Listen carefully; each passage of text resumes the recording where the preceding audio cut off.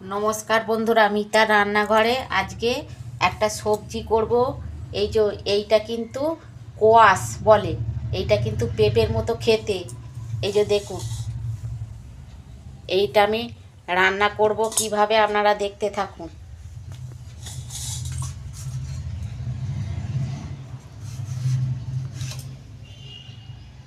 দেখেছেন কীরকম?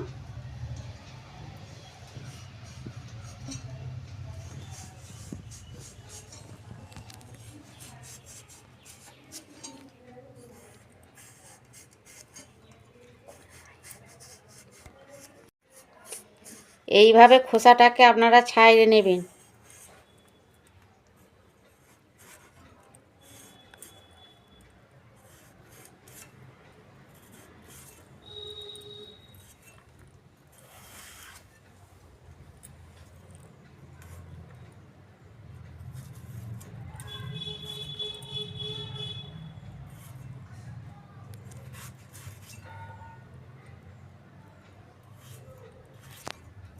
এইভাবে টুকরো টুকরো করে কেটে নেবেন। এই যে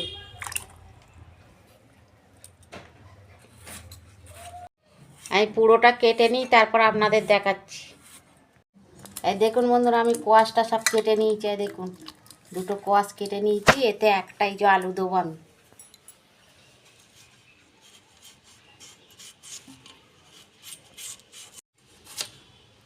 যেরকম কোয়াশটা কেটেছি, আলুটাও ওরকম টুকরো টুকরো করে নেব। এই দেখুন বন্ধুরা, এরকম করে টুকরো টুকরো করে নিচ্ছি। দেখুন বন্ধুরা, আমি কোয়াশটা কেটে এই যে ভালো করে আমি ধুয়ে নিয়েছি। তাই আমি তেল দিচ্ছি।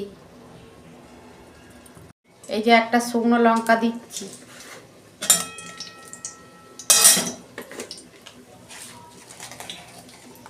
পাঁচ ফোড়ন দিচ্ছি,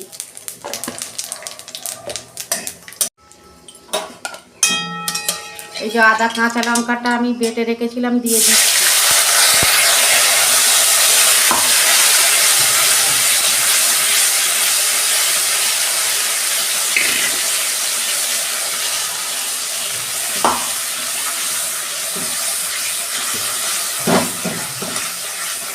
এই যে আমি জিরে দিচ্ছি,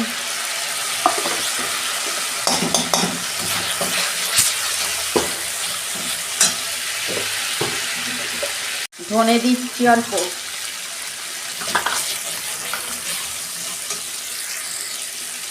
কোয়াশটা দিয়ে দিচ্ছি,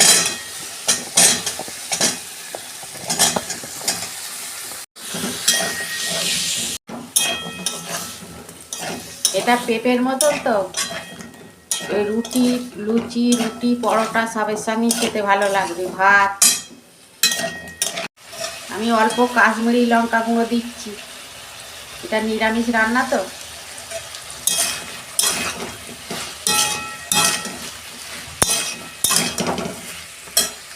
এই যে পরিমাণ মতো নুন দিচ্ছি।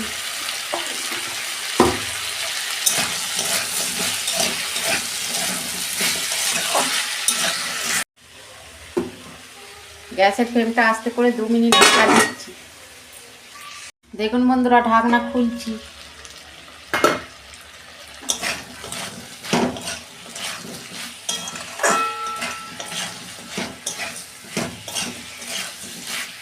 কষানো হয়ে গেছে, আমি জল দিচ্ছি। বেশি জল দেবো না, অল্প জল দেবো। 5 মিনিট ঢাকা দিচ্ছি গ্যাসের ফ্লেম। দেখুন বন্ধুরা, ঢাকনা খুলছি।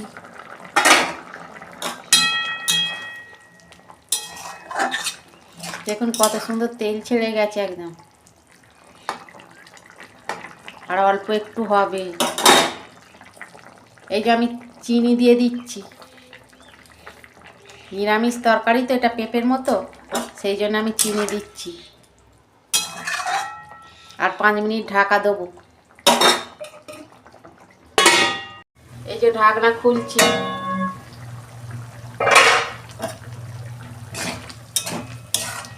দেখুন বন্ধুরা, কত সুন্দর হয়েছে, সিদ্ধ হয়ে গেছে সব। এই যে আমি ঘি দিচ্ছি, এটা নিরামিষ তরকারি তো।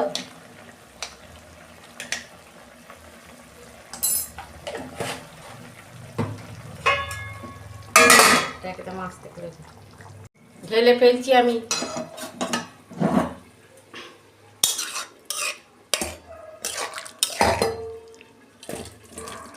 কত সুন্দর কোয়াশের তরকারি হয়েছে দেখুন। এই যে আমি ওপর দিয়ে একটু গরম মশলা দিয়ে দিচ্ছি।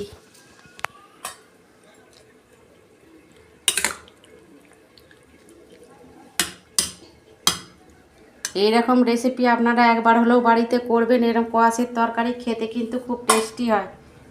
আর আমার রান্নাটা যদি ভালো লাগে আমার পাশে থাকবেন, লাইক কমেন্ট আর সাবস্ক্রাইব করবেন, আর প্রচুর প্রচুর শেয়ার করে দেবেন। আমি নিত্য নতুন রান্না আপনাদের পাশে তুলে ধরবো। সবাই ভালো থাকবেন, সুস্থ থাকবেন। দেখা হচ্ছে পরের ভিডিওয়ে। ধন্যবাদ।